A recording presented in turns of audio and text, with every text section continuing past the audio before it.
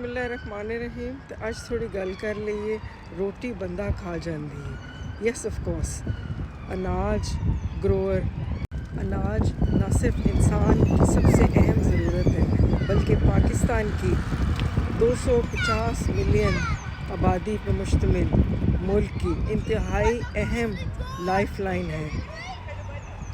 Agriculture से 23% GDP का हिस्सा वाबस्ता है।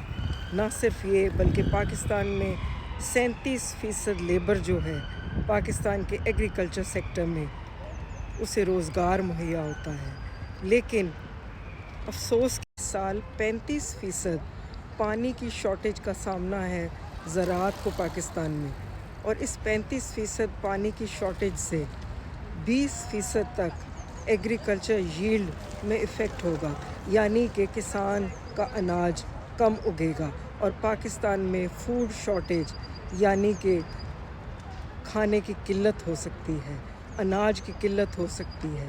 एक शदीद बहरान पाकिस्तान के दर पे दस्तक दे रहा है। ना सिर्फ पाकिस्तान के बल्कि गरीब और मिडिल क्लास पाकिस्तानियों के लिए एक बुरी खबर आने वाली है। भूख और कहत दस्तक दे रहा है पाकिस्तान के दरवाज़े पर। एग्रीकल्चर को हुकूमत कितना सीरियस लेती है इसका अंदाज़ा आप इस पॉलिसी से ही लगाएं कि 20 से 30% ज़रई ज़मीन सिर्फ पंजाब में, यानी कि पंजाब जो है वो पाकिस्तान की ग्रेनरी समझा जाता है।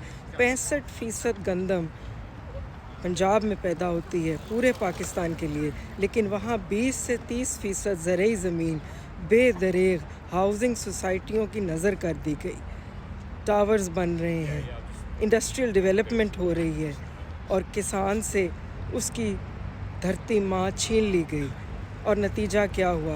एग्रीकल्चर प्रोड्यूस आपकी रिड्यूस हो गई है।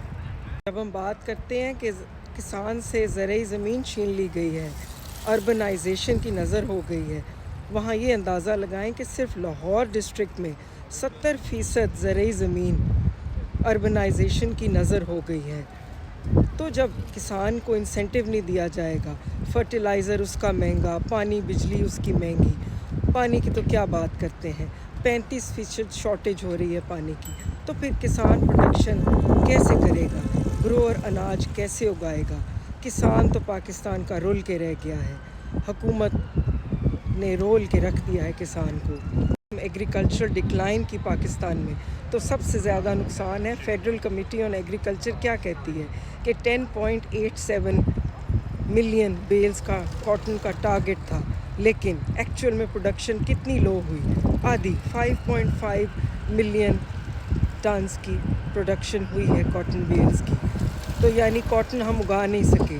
तो हुकूमत किस गवर्नेंस के दावे करती है कि हमने गवर्नेंस अच्छी कर दी? हुकूमत सिर्फ आवाम को, किसान को, एग्रीकल्चरिस्ट को रोल देने के तहत कोशिशें कर रही है, रिलीफ प्रोवाइड नहीं कर पा रही। एग्रीकल्चर सेक्टर तबाह होता जा रहा है और ये एक भयानक ख़तरे की तरफ लेके जा रहे हैं पाकिस्तान को, जहाँ खुदा न खास्ता ग़ज़ाई किल्लत होने जा रही है। पानी की किल्लत तो महसूस कर ही ली है, अब ज़राअत की किल्लत होने जा रही है, अनाज की किल्लत होने जा रही है। और फिर क्या होगा? हुकूमत बेदरेग इंपोर्ट करेगी, और इंपोर्ट करेंगे तो ज़र मुबादला के ज़खायर खर्च होंगे। कौन है जो होश के नाखुन ले इस मुश्किल की घड़ी में? हुकूमत को हंगामी बुनियादों पे रिलीफ प्रोवाइड करना चाहिए, ना सिर्फ ग्रोअर को, किसान का पुरसाने हाल करना चाहिए। अदरवाइज कि हम गंदम भी इंपोर्ट करें, कॉटन भी टारगेट के मुताबिक नहीं अचीव कर सके, कॉटन का टारगेट, गंदम भी टारगेट के मुताबिक नहीं अचीव कर सक रहे, तो पाकिस्तान में खुदा न खास्ता शदीद ग़ज़ाई किल्लत का सामना होने जा रहा है। हुकूमत को हंगामी बुनियादों पे किसान को रिलीफ देना पड़ेगा। जब तक ग्रोअर की पुरसाने हाल नहीं करेंगे, ग्रोअर को ये स्टेट माँ की तरह तवज्जो का मरकज़ और मंबा नहीं बनाएगी, किसान को इग्नोर करेंगे, तो फिर آپ کا کسان اپنی دھرتی ماں کی چھاتی پہ ماتم کرتا نظر آئے گا، اور اناج کی شدید قلت پاکستان کے لاکھوں کروڑوں عوام کا مستقبل بن جائے گی خدا نخواستہ۔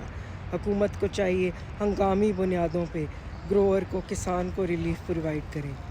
پاکستان میں جو شدید غذائی قلت کا سامنا ہونے جا رہا ہے، یہ پاکستان ایگریکلچر ریسرچ کونسل کے فیکٹس اینڈ فگرز ہیں کہ 35% پانی کی قلت کی وجہ سے 20% ایگریکلچر افیکٹ ہوگا۔